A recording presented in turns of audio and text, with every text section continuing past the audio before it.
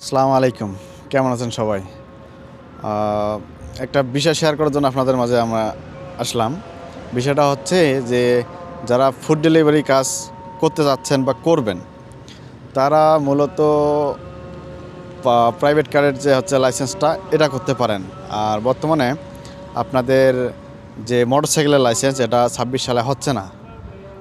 আপনাদের করতে হলে প্রাইভেট কারে করতে হবে, আর না হলে আপনারা দালালের প্রলোভনে পড়িয়া যদি মোটরসাইকেল লাইসেন্স করেন বা আপনারা লাইসেন্স পাবেন না।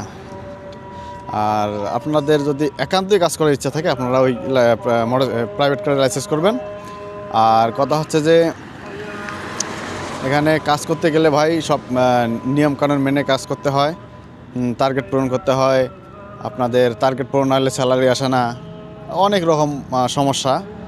তো আশা করি এই কাজটায় যদি কেউ করতে চান তাহলে সব কিছু সহ্য করিয়ে আপনাদের করতে হবে। আর যদি আপনারা করতে না চান ভাই, আপনারা অন্য কোথাও কাজ খুঁজিয়া কাজ করতে পারেন, বুঝছেন? এখানে কেউ 3 মাস 4 মাস কাজ করিয়া 200 400 500 টাকা কোনো রকম ইনকাম করিয়া তাদের জীবনটা কোনো রকম চালাচ্ছে। ফ্যামিলি খালি পারলে, ফ্যামিলি তো চলতেই পারতেছে না, এমন একটা পজিশন। তো আশা করি ফুড ডেলিভারি কাজটা না আসাই ভালো আমার মতে।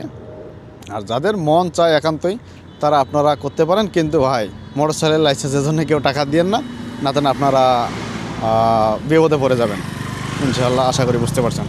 আর যদি আমাদের এরকম নিউজ পেতে চান তাহলে আমার চ্যানেলটা ফলো দিয়ে পাশে থাকবেন, কমেন্ট করে জানাবেন।